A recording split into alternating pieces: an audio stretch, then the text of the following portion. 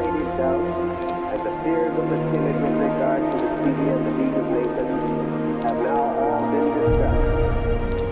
The great document which the President brought back from Paris has been analyzed and dissected in the cold atmosphere of higher criticism. But little has been said about the light of the document itself.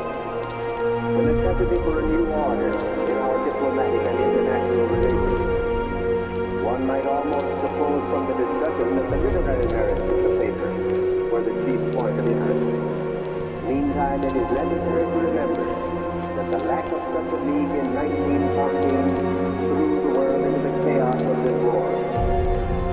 Terrified statesmen endeavored to sustain the delicately poised balance of power.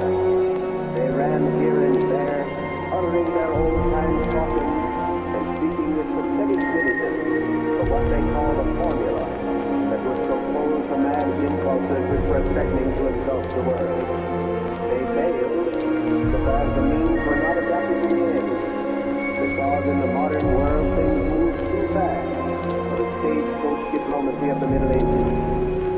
Had there been a League of Nations then, could Sir Enrich have summoned into conference the authoritative representatives of the great civilized powers, and through them have focused the intelligence and the conscience of mankind on the Austro-Serbian quarrel, there would have been gained the priceless moment of meditation which would have enabled the heady currents of racial and national passion to be allayed.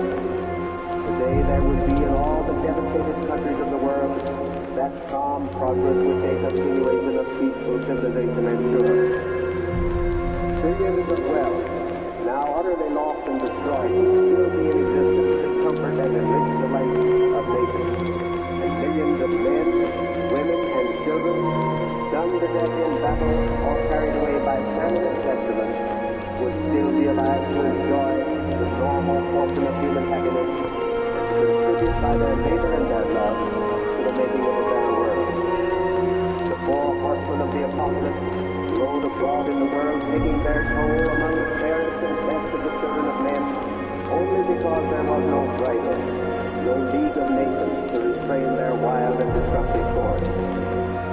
The question of this hour, therefore, is not whether a tactically phrased and inerrant document has been drawn, but whether the fairest hope of men shall be realized. If we have both the goodness and the faith necessary to make any League of Nations work, we can make this one work. The people will furnish the faith if the statesmen will but stand aside. Thus only can we match our work with the devotion of our soldiers and gather for their children the fruits of their sacrifice and their victory.